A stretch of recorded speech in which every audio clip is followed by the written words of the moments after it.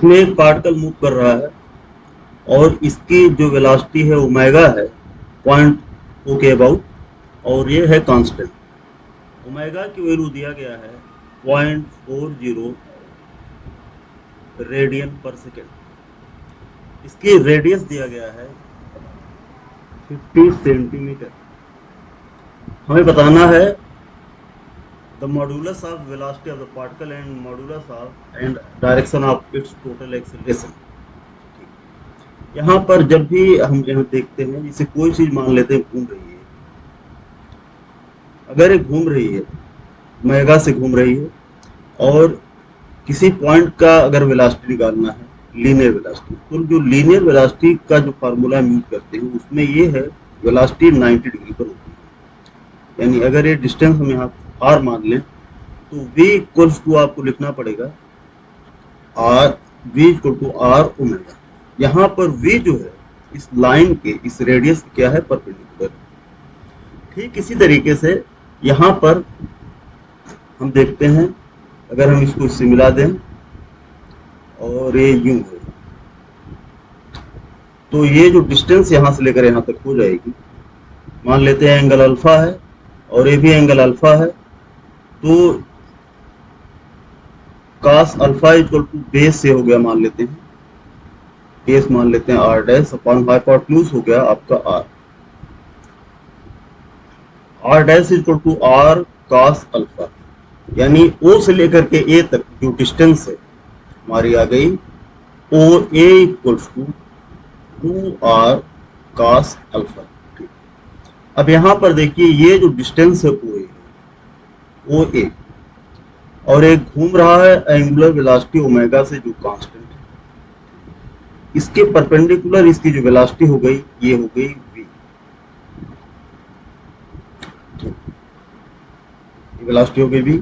यहाँ पर जो वेलोसिटी है आप ध्यान दीजिए, ये वेलोसिटी है अलोंग टेंजेंट, ये अलोंग टेंजेंट हो गई वेलोसिटी वी ए मान लेते हैं, ये पॉइंट की वेलोसिटी हो गई वी ए। ठीक, अब इसकी वेलोसिटी हो गई वी ए। अब इस लाइन के परपेंडिकुलर ओ ए के परपेंडिकुलर अगर हम एक लाइन खींचते हैं और इस वी ए का कंपोनेंट लेते हैं, ठीक, ये एंगल हो गया 90 माइनस अल्फा और ये एंगल हो जाएगा अल्फा। यानी यहाँ पर जो कंपोनेंट है ओ ए के, ओ ए लाइन के जो परपेंडिकुलर कंपोनेंट बन रहा है ये है वी ए कॉस अल्फा बन रहा है। यानी ये जो है हमारा वी ए कॉस अल्फा हो गया। ठीक, तो सबसे खास बात यह है कि जो लीनियर वेलोसिटी है इस लाइन के परपेंडिकुलर आपको लेना है, और इस क्योंकि सर्कल पर घूम रहा है इसलिए इसकी वेलोसिटी की डायरेक्शन क्या होगी, अलोंग टेंजेंट। ठीक है, उस वेलोसिटी को आपको इस वी ए के जिसके अबाउट ओमेगा दिया गया उसके परपेंडिकुलर लेना है, तब हम लगा पाएंगे यहाँ पर फॉर्मूला। तो हम जानते हैं v इक्वल्स टू होता है आर ओमेगा। यहाँ पर v की जगह पर क्या रखेंगे, वी ए कॉस अल्फा, और r की जगह पर o से लेकर के a तक की डिस्टेंस कितनी है, 2r कॉस अल्फा इंटू हो गया ओमेगा। कॉस अल्फा से कॉस अल्फा कट गया, आ गया हमारा V A equals to 2r omega. यहाँ पर हम देखते हैं ओमेगा कांस्टेंट है, ओमेगा कांस्टेंट, इसका मतलब वी ए कांस्टेंट है, इसका मतलब हुआ इसकी टेंजेंशियल वेलोसिटी कांस्टेंट है, इसलिए इसका टेंजेंशियल एक्सीलरेशन क्या होगा, 0 होगा। और टोटल एक्सीलरेशन होता है under root tangential acceleration plus normal acceleration, यानी इसका टोटल एक्सीलरेशन हो गया ए एन। तो इसका ये है नॉर्मल एक्सीलरेशन, इसकी डायरेक्शन क्या होगी, टुवर्ड द सेंटर। जो एक्सीलरेशन है इसकी सेंट्रीपिटल एक्सीलरेशन है, सेंट्रीपिटल एक्सीलरेशन की डायरेक्शन क्या होगी, टुवर्ड द सेंटर। ये हो गया इसका डायरेक्शन। अब हम ए एन निकाल लेते हैं, ए एन क्या होगा। तो हमें पता है ए एन इक्वल टू होता है वी स्क्वायर, यहाँ पर वी क्या है, V A square, V square हो गया आपका, वी स्क्वायर बाई हो गया हमारा आर, रेडियस यहाँ पर है आर। ठीक है, वी इक्वल टू हो गया वी ए हमारा कॉस अल्फा हो गया, तो V A cos alpha V A हो गया ये वी ए स्क्वायर, तो वी ए की वैल्यू हो गई 2r ओमेगा स्क्वायर